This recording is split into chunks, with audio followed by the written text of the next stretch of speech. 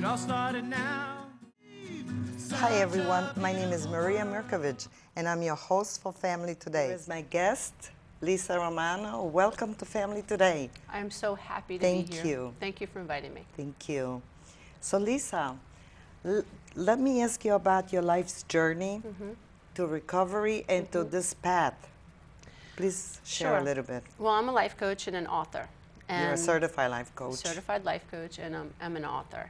And I primarily coach adult children of alcoholics and adult children who have been abused in childhood through narcissistic situations. I coach. What does that mean exactly for the viewers out there? The narcissism, like for example, a lot of people say, what is that? What is it exactly? Maybe you could elaborate a little bit about that. When it comes to children who are raised by narcissistic parents, children who are raised by parents who can't see them. And when I see them, I mean authentically see them on a heart level. On a heart level, to be present for them. Absolutely. You know, a child who's grown up in a narcissistic home is a child who has grown up feeling invisible and as if they are not allowed to express themselves, as if who they are as a person is irrelevant. And as you and I both know, children need to feel seen. They need to feel heard. They need to know that their emotions count. I mean, the only way a child can know that they're real is if a parent is able to attune themselves to that child's emotional experience. And all too often, a child's internal experience gets completely invalidated. Parents think it's irrelevant. Parents think they're being silly. And so when children grow up feeling disconnected from their parents, there's no way that they can connect to themselves. But parents do not always understand that. Exactly. Okay, because we are all living an automatic pile. That's amen. So, so going back to how do you trace a narcissistic person? How what is it that you see in a narcissist? A narcissist. What could be the signs? Well, the number one sign that I have people look out for is a lack of empathy. Okay. So even if someone is on autopilot, when their child comes to them and says, "Mommy, I was bullied in school," that mother, even though she might be on autopilot, can stop and say, "What do you mean you were bullied in school?" She has the ability to connect. To connect, yes. In that moment. A narcissist is someone who does not care about your feelings, doesn't care about your experience. Would they just avoid a child? They would actually, well, I wouldn't say avoid. They may even actually engage with the child, but the child's experience is irrelevant to them. So a parent who uses, I've had clients who have had parents who, one client in particular, she's in her 50s, and every time my client ended up having a relationship, the mother was threatened by that. So my client grew up feeling like she was responsible for her mother, who was an alcoholic. Okay. So now the mom is in her 80s. My client has not gotten married, hasn't had any real significant relationships. Because of the mother. You saw that that was the issue.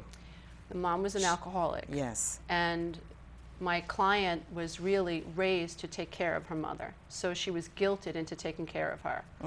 So every time my client wanted to do something just for herself, her mother would feel threatened by it. That's a lot of, that's the world out there. A lot of it. Yes. Unfortunately. And some of us recognize these issues when we see it played out in a family life, or when we encounter somebody. As soon as I see somebody talking to me, I notice all the isms and That's right. the isms, right? Yeah, absolutely. So you know, like an alcoholic. So, but it does it. See, I have a hard time even understanding what is the difference between codependent person and a narcissist. What is that? Well, to me, if you ask me, what is the difference? A codependent person, because they could be both, right? I believe that narcissists are generally codependent because they need another person as a narcissistic supply. So a narcissist really can't exist by themselves. They need somebody to supply them with their ego gratification, with ego stroking. So, but a codependent person is someone who doesn't have a self. They're not connected to their self. And they're looking for validation from the narcissist.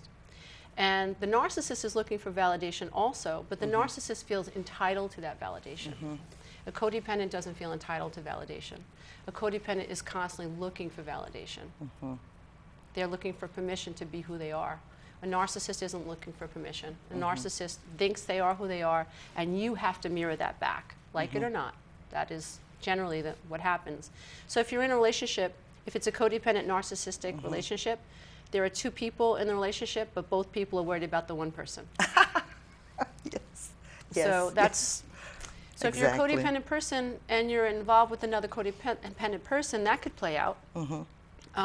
But in most cases, when it's a codependent person with a narcissistic person, both people are worried about the one person. So you also coach, this comes to mind, professionals. Yeah, They're doctors, lawyers, athletes. absolutely.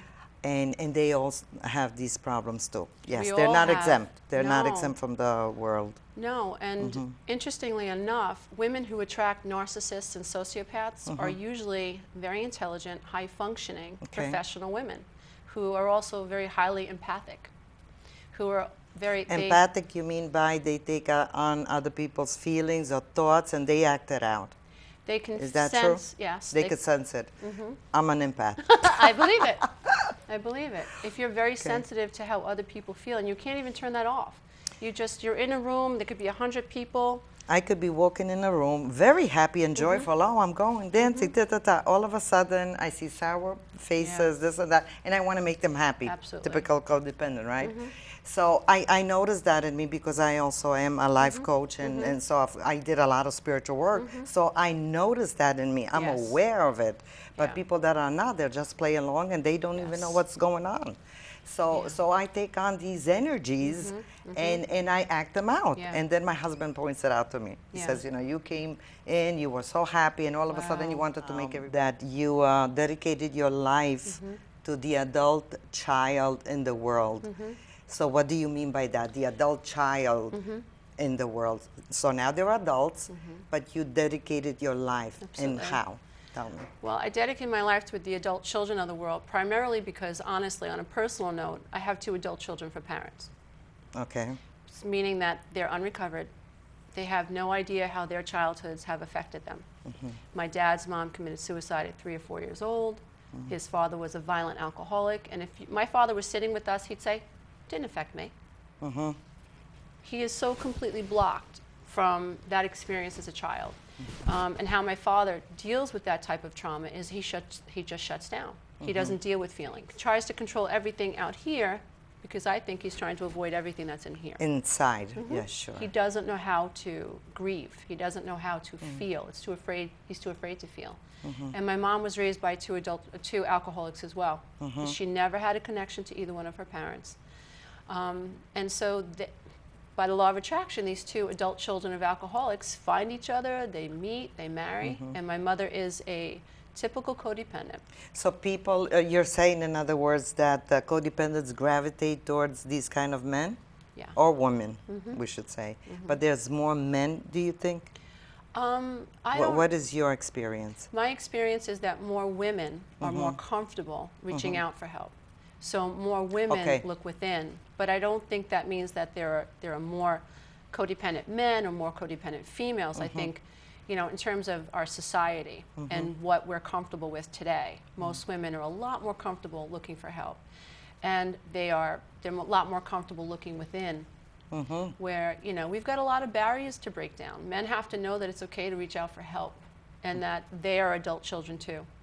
And what's really interesting, the past couple of years, my coaching practice is almost leveled off, where I'm split, where my coaching practice is 50% men and 50% women, which I'm really, really excited about. I'm really excited Very about that. nice, But I very dedicate good. myself to adult children because I couldn't save my parents. I couldn't wake them up. They're not going to wake up. They're going to die this way. But there's that desire to wake them up. I don't have, I would like to. Because your teaching skills and your expertise, and when you see them and you love them, you do want to, but you are also aware that you could be playing a codependent role and not to get pulled in to that dysfunction. Is that right? Absolutely right. Okay. And there was a time in my life where that's all I wanted to do, was to wake them up. And there was a time in my life where I was unaware that I was seeking their validation. And when I went through my divorce from my first husband, they turned away from me. They sided with him. Your parents? Yeah. Your parents? Yes. They sided with him.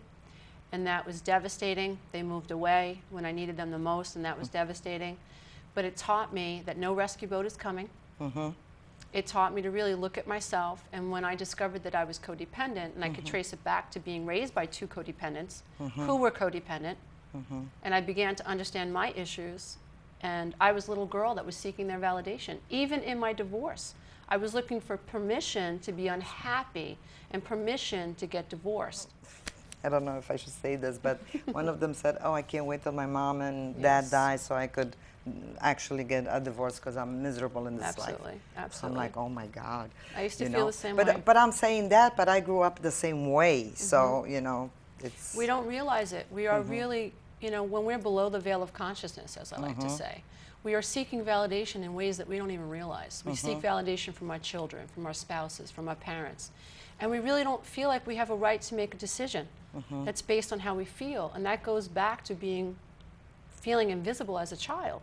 If you don't know that what you think and feel is valid, even as an adult, you might not trust what you feel. And so you continue to seek validation, and that's what I did. So when I was unhappy, I went to my parents and told them, and they told me I didn't have a right to be unhappy.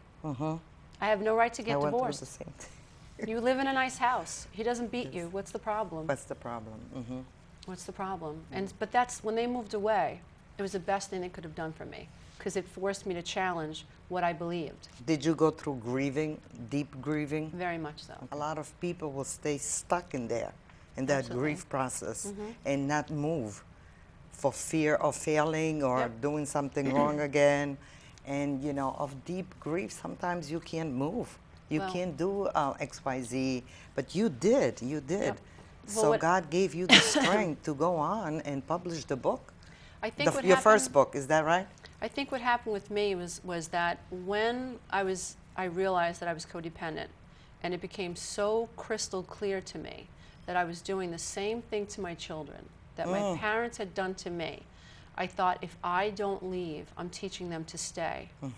And really, Maria, that was what really kept me moving. I have to do this for them. I have to teach them how to survive this and how to stand on their own 2 feet and how to listen to themselves. And, you know, and it really is amazing that I can say now that going through what I went through was the best thing for my children, because they are 3 children that listen to themselves. In spite of what their mother says, they listen to themselves. When I was in Italy, I grew up in Italy, so, you know, the nuns there, I was in a convent. So the nuns there, I was 5 years old, they used to say, okay, so now before you go to sleep, go and to have an examination of your consciousness. Right. So what did you do? So what did that mean was, you know, what did you do today? What did you do for Jesus? What did you do for God, in other words, for higher power? And therefore, I kind of learned that, even though I resented being in that convent. You know, I felt so abandoned. You know, it was so many times that I was abandoned, and I went through a lot of grieving processes. And a lot of times I was stuck in my life. I felt I don't deserve this, I don't deserve a job, I don't deserve to be paid, I don't deserve anything. Even up to date. If I'm not aware, I would say, no, I don't feel like that. You know, like if you were to ask me, I would say, no, that's completely nonsense. But today, if you were to point it out to me, I will understand it in myself. I will recognize it in myself. So I like the way you say things, that people are unaware, that they are not aware. Say, did I say it right? Okay. People are, when you're that unaware. That made me smile the whole day. I was laughing. When you're unaware, you're unaware, you're unaware. It's not your fault. And we're not designed to be aware. We're not. We're not designed to be aware. We're designed to think that's what's happening here and now is happening to us. We're not really taught to understand that we're part of the process. You know, we're not taught to understand. Somebody in this program said that, you know, sometimes you need more studying for a license than actually to become parents. So we do as we were taught by our parents, and if they were dysfunctional, and a lot of, I would say 90% in the world, there is dysfunction in the family, right? Am not I our right? fault. It's not our fault. It's not our fault. But it is, you know, and we're just, our parents only did what they were taught. They knew. You know, and if I ask my clients to become the eye in the sky, and I ask them to imagine that they're standing on the moon, and they're looking down at the generations of family members that have come before them. And you can see an evolution, but it's slowly. So if Grandma was born in 1901, you can see that she was better than her mother, and then that her daughter was a little bit better than her mother. And so my mother was better than her mom. And so my you dad, think it's yeah, of course, it's evolution, you know, Yes. as we're becoming in a higher state of being, Consciousness, yeah. of consciousness. becoming yes. aware, Yes. you know, but we're not taught to really objectify our life experience, you know, we're taught to really react to what's happening in our environment, and then we get stuck there, and then we don't realize that our childhood programming is why we're attracting the relationships that we have today. So then we're just caught up in divorce dynamics. So let me ask you, how do you cut through those programmings? Because that's, I think, for me it was difficult, and I believe some of my clients, they say it's difficult, they go back to their own behaviors. It's hard to change your thinking so you could change your life. As a lot of Dr. Wayne Dyer used to say that, now that he's deceased. Yeah. And Dr. Joe Dispenza says that. Yep. You know, there's a way to reprogram your mind, isn't it? Absolutely. The thing is, you know, I always tell people you can't fix a hole in the wall you can't see. That's a good one. You can't. You can't fix a hole in the wall that you can't see. So it's not about thinking. It's about your belief systems. And your beliefs are unconscious. So that's why a lot of cognitive therapy fails. And that's why a lot of therapeutic situations fail, because we're trying to talk to people in the conscious realm. But what's really at play is 95% is unconsciousness. 95% of what's happening is happening because of a subconscious belief that was programmed into you before the age of 7. So do you, in any of these books, do you talk about rewiring your brain or changing your life? Which one is it? And Well, this one is codependent, now what? Codependent, Here now it what? is. Oh, excuse me. It's okay. It's not you, it's your programming. And then we, What these books do is they help you see the holes in the wall. yes. My Yes. meditations, part of my 12-week program, and the meditations that I have on YouTube, they will help you. Loving self-affirmations. So what that does is these books help you understand where the holes in the wall are. Where are the holes in my thinking? How did these belief systems get created? And it will help you understand what has to get done. Absolutely help you understand what has to get done. And this one is quantum tools to help you heal your life now. So I would say the last... So I just asked you the question and the answer came to me. Yep. There it is. Yeah. So you have a lot of followers on YouTube, Yeah. Over 50,000. I'm like, oh, Jesus. Oh, my God, when did she get Yeah. 50 plus? It happened very quickly. Wow, that's Yeah. a high power. Yeah. What would you attribute it to? I mean, I know that you're working highly. You work a lot, and now you're also invited to New Jersey. Yes. To what is that about? I believe it's at the Mannequins Women's Club on Okay. Main Street. Oh, I'm going to be there. Awesome. And that is going to take place on March 26th. March 26th. Okay. And I've been invited by members of the AA and ACA to And talk to adult them. children of alcoholics. Okay. To talk to them primarily about childhood programming and the idea of understanding why we drink and why we end up in codependent relationships. It's not just about staying sober emotionally. It's not Yes. just about staying sober in terms of alcoholism. It's about understanding why we had a need to drink in the first place. What were we running from? Escapism. Yes. Escapism. So it could be alcoholism, it could be gambling, it could be sex and love addiction. Absolutely. And what else? It could be anything. Shopping. Shopping, harming yourself. Absolutely, self-harm. It's a way to Self-harm. avoid pain. You know, Yes. my theory on self-harm is that when you're in a lot of pain and there's nobody outside of you that can validate that reality for you, and you're being sent to doctors and they're trying to medicate you, and the root issue is not being resolved, a lot of tension and anxiety gets created in your being. And when we self-harm, that's a way to escape that tension and anxiety. But my theory is it also makes sense of some of the pain that we're experiencing. So if I harm myself and I bleed, or I cut myself and I bleed, that pain makes sense. And so now just for a moment, this pain makes sense. I don't feel so crazy in this moment. So that's my theory. And also, when you harm yourself, your brain releases certain chemicals that actually dull pain. So you're not crazy if you're self-harming. You're trying to escape. You're appearing on February. We have 3 minutes, and then we have to do part 2. Sure. We didn't even cover anything No, yet. no You problem. have so much to say. Oh, thank you, Lisa. No problem. So where are you having this event? February 25th, I believe? Yes, February 25th, I'll be in Maybe we could Long put it Island. on the website and the screen. So go ahead, Lisa. On February 25th, I'll be at East Wind in Long Island, Wading River, Long Island, and I'll be doing a life coaching live, presenting a workshop, and it'll also be a beautiful gourmet brunch from 11 to 3. I think I'm going to attend to that one too. I'd love to see you there. Love to see you there. So we are going to, your breakthrough program is going to be on February 25th. We just covered that, right? My breakthrough coaching program, actually, I coach a group of people inside my program through my website, and that's actually going on right now.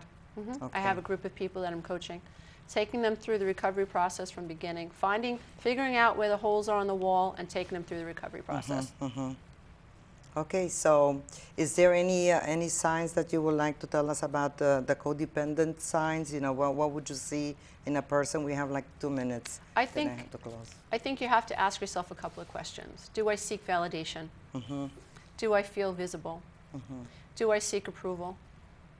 Do I feel real in my own skin?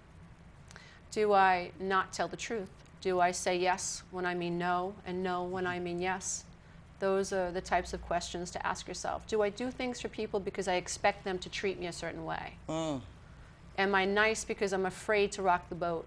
Oh, that's a good one. Yes. So these are the things to really ask yourself in self-reflection. And my 2 books, actually the Road Back to Me really helps you understand and identify how you can become codependent since you're a child.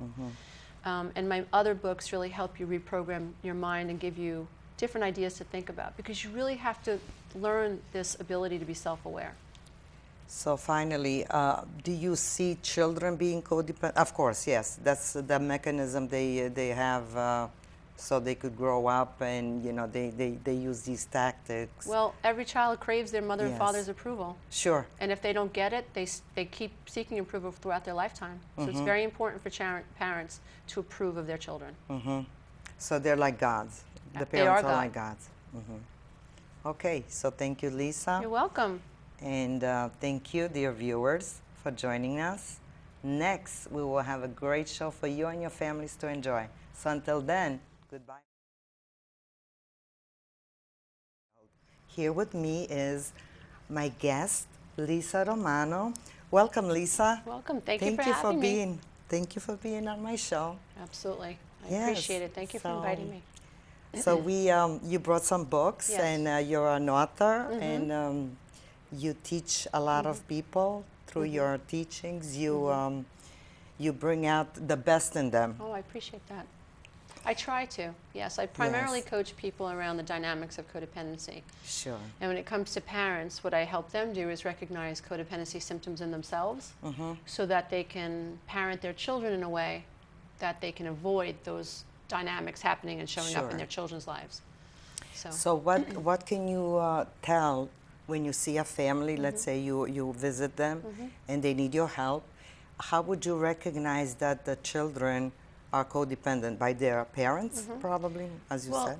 Well, codependency, let's just define codependency, because a lot of people, I know that's that a good one. Yes. When I was diagnosed with codependency, I didn't know I had codependency. And when I was in nursing school, I had heard the word codependent when I was... You were a nurse? Well, I was studied nursing. I ended up quitting my last year because it just didn't work out for me.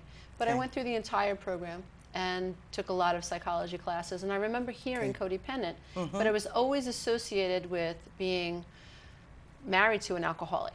Okay. So I didn't immediately resonate. Like, how could I be codependent? I don't drink. My husband doesn't drink. How could that be? But when my therapist told me that I was clinically depressed, but that my depression was being caused by codependency, I was intrigued. Did you know you were depressed? No. Okay. I had no idea I was depressed. I There's knew a I was lot of unhappy. I was unhappy, and I kept trying to make everybody else happy, which made me unhappier because I couldn't make anybody happy, no matter how hard I tried to make them happy. So you felt a sadness in you?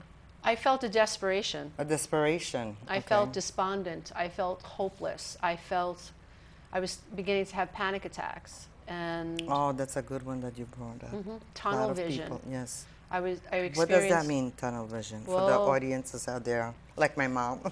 I had literally tunnel vision, meaning that my peripheral vision would go black, and I could literally only see what was immediately in front of me. I had absolutely no peripheral vision, and that was happening to me during periods of complete panic, and it would come on at any time. I was suffering from migraine headaches, and I would get auras, and I couldn't read signs on the road, and I would swerve. I was really falling apart, but I had no idea that it was all tied to being depressed and that my depression was being caused by codependency. Point. A lot of people out there and share that. I was codependent because I was operating my world and my life in a way that was dysfunctional. I thought that I needed validation from other people. I didn't have a sense of self. Okay. So when I would go to my ex-husband and tell him how I was feeling, he would negate it. He would minimize it. He would make fun of me. When I said I was unhappy, he would say, you have no right to be unhappy. Look how you live. When I would go to my parents, I said, I'm unhappy. They would say, you have no right to be unhappy. Look how you live. So I thought that I was crazy. So you probably felt guilty because of it too. You know, they're telling you one thing and you're feeling another. So you're, did you feel guilty or maybe not? I don't know. I felt guilty. I felt ashamed. Okay. I felt selfish. I felt crazy. How could I feel this way? Everyone's telling me I don't have a right to feel this way. So there was this disconnect between my internal reality and my external reality.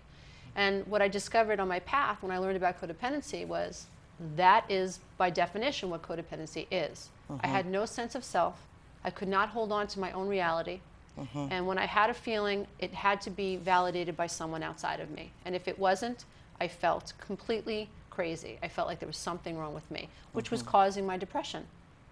So I was banging my head up against a wall, thinking I was doing the right thing by being a people pleaser, by seeking validation, and I could never get it.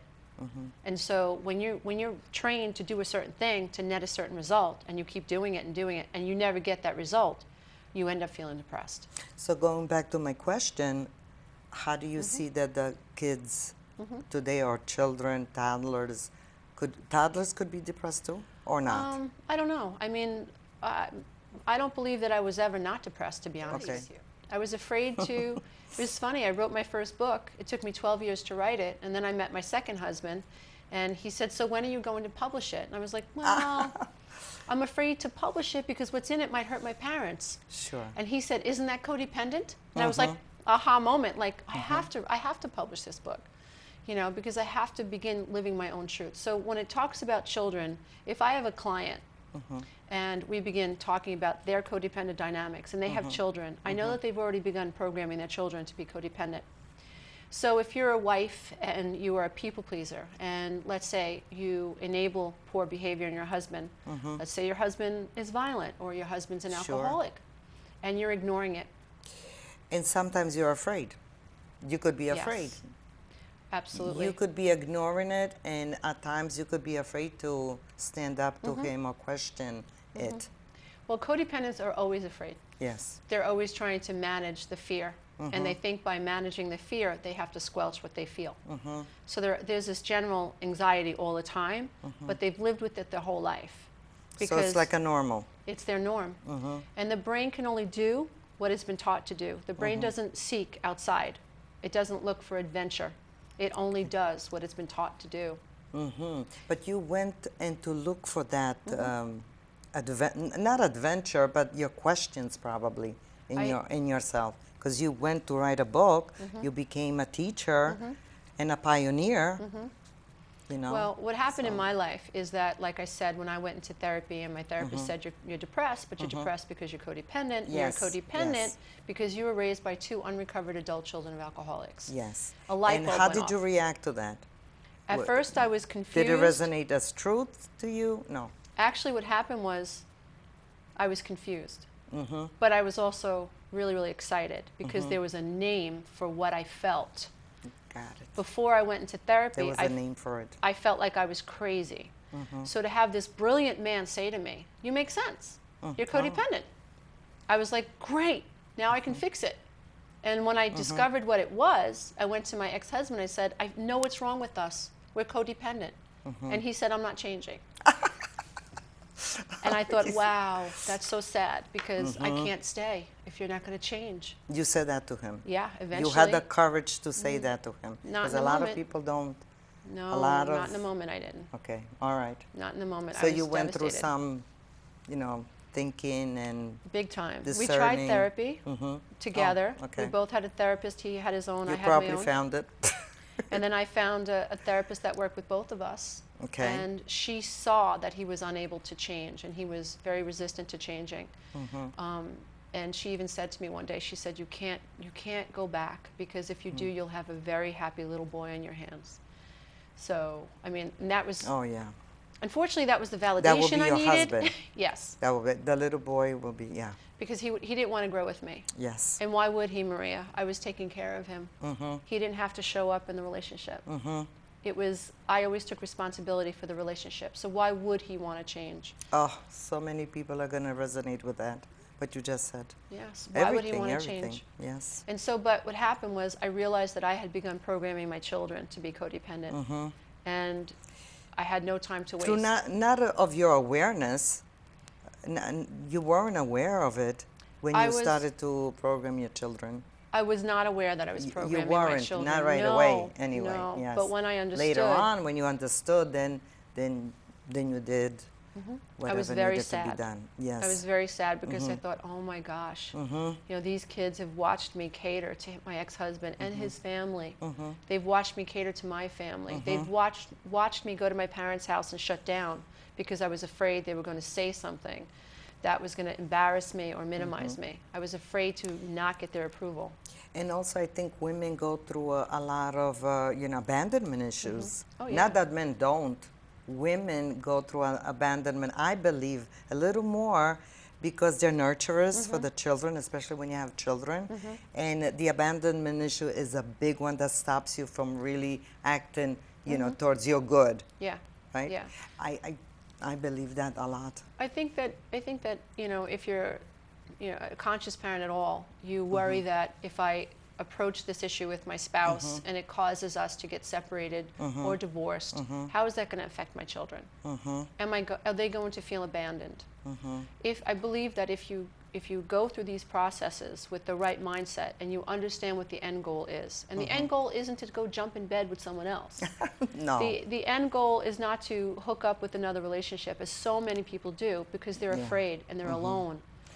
That's it. When they're afraid and alone, they jump into another right. relationship and another and another, and it fails, right? Well, sometimes, it depends on your definition of failing. Failing meaning that they're not ready to receive the good. Well, Or they don't know themselves enough to recognize what is good for them. I think what happens Maybe you is could- people don't realize that until you heal the program or the beliefs that Yes, created the that's marriage what I meant, in yes. the first place, what happens is you get rid of this partner and you just find another one that has a different last name, but the dynamics are the same. And so by definition of failing, my definition is it never worked. And the definition of working means Exactly. We see each doesn't other. work. Yes, right. we see each other. And a lot of people aren't aware of that. And as you said, it's only another name, but the same characteristics could be playing in him or her. Absolutely. Absolutely. Sometimes it's worse. Sometimes it's worse. Sometimes it's worse. I think because God wants you to learn the lesson, or maybe this is the way you learn the lesson. What do you think, I think Lisa? that we come here to learn to love the self. On this think planet, is that what you're On this saying? planet, I believe that we're supposed to come here and learn that you are enough and that you don't need someone outside of Oh you. my God. Oh, good, Maria. I'm glad it's resonating with you. Yes, it is. I think that's the lesson. You come here to learn that you're enough, that you don't need outside validation. And so you will end up in dynamics over and over and over until you finally learn that lesson. Oh my God. And you'll feel like you're enough. I never had tears on this Aw. show before, but you really bring out the authentic self in me. That's the goal. You are Yes. enough. Yes. But you don't know that, and most people don't, and I think that's why we're born. And so we end up in these situations that are so painful, and they all mirror our abandonment from childhood. Oh my God, yes. Until we finally realize there's no rescue boat coming. So tell me a little, excuse me, tell me a little bit of, you know, how does the program work? How does your teaching work? Maybe you could share a little bit about that. Well, what happened was after I wrote my first book, people I never planned on being a life coach. I really never did. I thought after I got divorced, people need to know that they're recreating their childhood experiences. I married my mother. My ex-husband was very passive-aggressive. He knew that I needed his validation, and he literally withheld it on purpose to keep me begging for more. That's how he kept me in control. That's how he kept in control over me. And so when that light bulb went off, I knew that I had to share this information with the world. So I thought I'd write a book, and that's it. And then what happened was people started contacting me. Can you talk to me? And I didn't realize it. I was life coaching people. And then I wrote another book, which is a sequel. It's called My Road Beyond the Codependent Divorce. So it's a sequel to The Road Back to Me. And then more people wanted to coach with me. So then I finally got certified. And then I was coaching so many people, I couldn't keep up. So then I decided, well, I'll create a coaching program, and I'll coach a large group of people within a 3-month period. So that's the 12-week breakthrough. It's the 12-week breakthrough coaching program. And so what I did was I traced back my own recovery. What did I do, and what did I need to know in order to get to step 1 and then step 2? And then I spell it out over 12 weeks. And I actually coach people inside this program. And so every week, people receive a video lesson and a meditation, a PDF that they can download with homework. And they also get to react to one another inside my forum, which is terrific. Now, how do you get the people? I guess they were looking for your teachings? Well, I have my own video show on YouTube. Yes, okay. So I also have, I'm on Instagram, I'm on Twitter. Wow. I have a number of Facebook groups, number of varying support groups. So you work with them in the groups, and then you have live events. I have, yeah. So they find me, and if you want to take part in the coaching program, you take part. It's like this coaching program began January 12th. Yes. So, and it ended January 26th registration. So all those people that came through the program at that time, I'm now coaching them for the next 3 months within my program. And each week they get a video and then a meditation, because I believe that what's really at play is unconscious. And so I've created, they're like hypnosis meditations that absolutely correct the negative, faulty beliefs that are keeping people codependent. Because watching a video doesn't fix the subconscious programming. But watching the video every day for a week, and then doing the meditation every day for a week, and then you get the second video and the second series of meditations, and you do this over a period of 12 weeks, that's when you can create lasting change. And every single person that's come through my program has said that this program has changed their life. Do you have anything to do with the 12-step program? No. No. No. You don't believe in it? No, it's not that I don't believe in it. I think it's very, very beneficial. It's beneficial? But I do believe so many people that have come to me have come from 12 steps, and they don't feel like it's enough. Got it. They don't feel like it's enough. Sure. And that's not everybody. And I'm not bashing 12 steps. No. I mean, I went to 12-step CODA meetings myself, ACA meetings, and I found them very beneficial, especially in the beginning when I needed a support system. CODA is for codependency. It was very beneficial. And who suggested that to you? Who suggested that to you? Oh, my therapist. Yes. My therapist said, you need a support system. Because I felt crazy. There was nobody in my family or my friends that could relate to what I was saying. You know, so I was just unhappy. So when you heard it for the first time, did you identify with somebody's problems? Okay. When I first learned that I was codependent and I started researching it, I was really kind of nervous because I thought, how am I going to fix this? There was no book out there to help me to learn how to fix it. It could identify the problem, and that's why part of my mission was I have to figure out how to fix this, and that's going to be my legacy. That's what I'm leaving this planet. When I die, I will have left a way to fix codependency, and I'm happy about that. Of course. I'm really, really happy This is about what that. God wants you to do. I guess so, but I feel good. Yes, good. Oh my God. I feel good doing it. You found your life's purpose. Yeah, and it feels and awesome. And you're very lucky, because a lot of people are striving for that. Well, they want to know their life's purpose, and they don't know where to go. They go this way, that way, but it doesn't work. Well, so what would you say to find your life's purpose in doing this kind of work, what you do? How could you tell that it's work? This is what God wants you to do on this planet. Well, first I want to go back to like what you said. So many people are like they're in search and they Yes, it all goes back to trusting your instincts. Now, if you were born to people who taught you not to trust your feelings, you cannot be an adult who trusts their instincts. I've coached lawyers who have ended up opening yoga studios because they became a lawyer because their father was a lawyer. Yes. And so their whole life they wanted to do something different or bring something special to the world, but they were taught that they're only worthy if they become a lawyer. So a lot of people aren't finding the life purpose because they're not comfortable tuning into the self. They don't trust that instinct. And if you don't trust that, it's really hard to follow through. Yes. The only reason that I'm able to do what I do is because everybody walked away from me. Oh my God. Everybody walked away from me. And so it was then that I had to dig in deep and say, okay, what is this that I need to do for me? You're very courageous. I did it for my kids first. Yeah. Okay. I did it for my kids first. I knew that if they were going to be the kind of people that were going to walk around with their head held high, in spite of what society said, then that they needed a role model for that first. Sure. So I did it because I love them. Yes. That's why I did it. That's what got me started. And then once I saw it worked, and I wrote my books, then people just started to naturally come to me. And It's now beautiful. look at you. You're teaching. I'm here with you. Look at that. That's awesome. God. Yeah, so it's amazing. It's been a nice journey. So you were talking about this meditation. Yes. You have various meditation, or this one that you really suggest to people. Yeah. Well, if you to go to my rewire YouTube, their brain, kind of a thing, to just go to you have to rewire, to become a different person. Yeah. Well, you want to become the person that you're meant to be. That you are meant to be. Yes. Thank you. And the only way you can do that is to confront ideas that are in opposition to that. Yes. So if you were raised to believe that you were unworthy, then you need to know that you are worthy, and you need to know why you feel unworthy. So my subliminal meditations address that. Oh, they're subliminal. Yeah. Okay. And they're recorded with brainwave technology. Oh, brainwave meditation. Yes. So it helps bring people into a lower brainwave state so that they're susceptible to the information. Yes. So that also helps their brain to become more accepting of these new ideas. And if you listen to them for more than 6 weeks, you'll see a significant change in your life. I mean, people on my YouTube channel that I've never coached privately have said, I did what you said.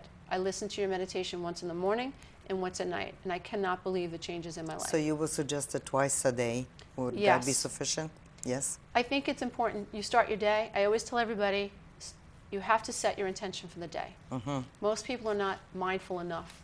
They get up in the morning at 7 o'clock and they did exactly what they did the day before. Yes. And then the same thing shows up and they wonder why. Yes. If you want something different, you have to do something different. People are afraid to take risks too. They say something, like a lot of people will say something in the evening and they say, I'll do it tomorrow. And then tomorrow, the day comes and they don't do it. They get scared. They're saying, what's the use? Do you come across those kind of people? Yeah, but as a life coach, we're all about goals. Yes. As a life coach, we're not therapists. We don't listen to people just talk about the problem. We set goals for these people and we pull them through. And it's very important. But you do listen to them from their childhood issues. Course. You go a little bit, in Absolutely. the, what was the past. Absolutely. And I probably, you detect that right away in them. But still, they need to speak it out. Absolutely. And then identify the problem. And then you could take all, you could definitely. We have to find the pattern first. Yes. And then once I help my client see the pattern, a lot of, I believe, autocorrection begins to happen. If you're someone who allows other people to influence you, let's say you have an idea.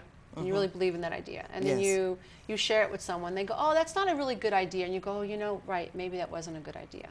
And I'm coaching you. And I see that pattern evolve. Whether it's you spoke to your child and they kind of like got you to change your position, or you talk to your mom, or you talk to your sister, your husband, and I see a pattern of you negating what you really wanted. I show you that. I help, well, this is the pattern I see in you. Once you see the pattern, it's like, oh, aha moment. I never even realized I was caught in that pattern. So a lot of autocorrection begins to take place on that level, just by making someone aware of a pattern that you see. But below everything is this idea that we're not good enough. And if you don't feel like you're good enough, you can't hold on to your idea. And you're not worthy enough. You can't hold on to your idea. And we are worthy. We are worthy. We are worthy, absolutely. No one is more important than you. And you're not any more, and no one's more important than you. I like the way you speak to people and you call them my dear ones. Oh, yeah? Yeah. My dear ones. I think that's so loving, so beautiful. Yeah, I call everybody my dear one. My dear ones, because we are all one. We are one, and we're all very special. And if you're a child that was raised in a family that ignored you, you feel unseen. And so in my YouTube videos, I really feel like I'm talking to one person. I could be talking to 1,000 people at one time during a Facebook. I also do Facebook live streams. Oh. And sometimes there are thousands of people on Facebook at one time. But in my head, I'm just trying to hone in on that one person that's grown up feeling invisible their whole life. Yes. They need to feel seen. So what would you say to the audiences out there? We have about 5 minutes. How to reprogram or take care of their children in their family lives? I think the best thing that you can do is understand that you are a model for your children. Oh, so absolutely. what you do and how you feel, so if you're unhappy and you're lost in trying to figure out how to make yourself happy, then your children won't know how to make themselves happy either. They might just settle for what shows up. So really addressing your sense of unworthiness and fixing that and getting to the point where, wait a minute, I am unworthy. I was just taught to believe I wasn't. It's just a belief system. Yes. And identifying that hole in the wall. Now that you know that there's a hole in the wall. Hole in the wall. You don't know. Most people don't. Most people feel unworthy, but they don't ask why. A lot of people drink, but they don't ask why. Why? A lot of women are bulimic, but they don't ask why. A lot of people cut themselves, but they don't ask why. Yes. A lot of women are love addicted, men are love addicted. They can't stay alone for more than 5 minutes, but they don't ask themselves why. Why? I ask why. And usually at the end of it, there's a sense of unworthiness. So the bulimic part, see that I wanted to touch on that. I know that this is a family program and a lot of people are going to benefit maybe from your expertise. Bulimia is something that you see yourself as not worthy or not good enough. Not good enough. Not good enough. Not good enough. Not good and enough. you identify, society says, well, if you look good enough. If you look this slim, you're going to be it. But then people get overboard and they are they're skeletons already and they still say that they're fat. Well, because there's an addictive process and there's a habit that's formed. It's been ingrained. And once the brain is habitual. Yes. And so once the brain identifies this behavior with pleasure, it's very difficult for the brain to stop because the opposite is true. The brain is running on pain versus pleasure. So if the brain has this idea that being thin is pleasurable, the brain is actually driven to do things to keep the being from maintaining their weight. And that becomes a pattern of thought. Now the brain also associates fear with gaining weight. And the brain is wired to avoid pain. So you're literally wired to avoid the pain of gaining weight. So it's not a matter of will. It's really a belief system. It's not a matter of will. No, absolutely not. It's your belief system. People are not crazy because they can't stop making themselves throw up. Yes. They're not crazy. So we must teach our children so they don't become, as you just mentioned, bulimics, hurting themselves. That's right. What else? We as women gamblers. have to stop putting ourselves down. Yes. I'm so fat. I'm so ugly. I'm getting so old. We have to stop infusing our children with this idea that we are not good enough. Because if we keep talking about our weight and how we look, then our children are going to be very, very self-conscious and associate the idea that they need to look a certain way in order to be worthy. Well, even today, children, they say, oh, I'm going to eat salad because I'm getting my belly. I'm like, where is this coming from? Society, it's not their fault. Yes. So even the parents, don't need that much candy. Not because it's not going to be good for them, sugar is no good. It's going to give them, acting out things and stuff. But they might gain weight. They're so fixated on this. With children, with little children. And I'm amazed when I hear that. I really, amazed, meaning, discouraged, really. We really have to check ourselves. We were talking about earlier between you and I privately about being self-aware. Yes. And a lot of parents, unfortunately, are worried about what other people think about their parents. And so if you're worried about your kid being the chubby kid and how that's going to reflect on you, The parents shouldn't be saying, "No, you're too chubby. Kids are gonna make fun at you in school." That's a toxic thing to say to a child. That is. I mean, there's Yeah, a healthy dose of common sense. Yes. You know, it's going to all start with how the parents feel. Common sense today. It's not so common. No. But it all comes back to parents developing a healthy sense of self and really teaching good eating habits versus that's it. making it about what they look like. That's it. That's it. That's wonderful. And health. Health. Make it about health. Make it about health. Not about Thank the you, way they Lisa. look and worth. Oh Thank my you God, for I could be inviting me. talking. Oh my God, thank you. Namaste. Thank you. Namaste, dear one. And thank you. It all started now.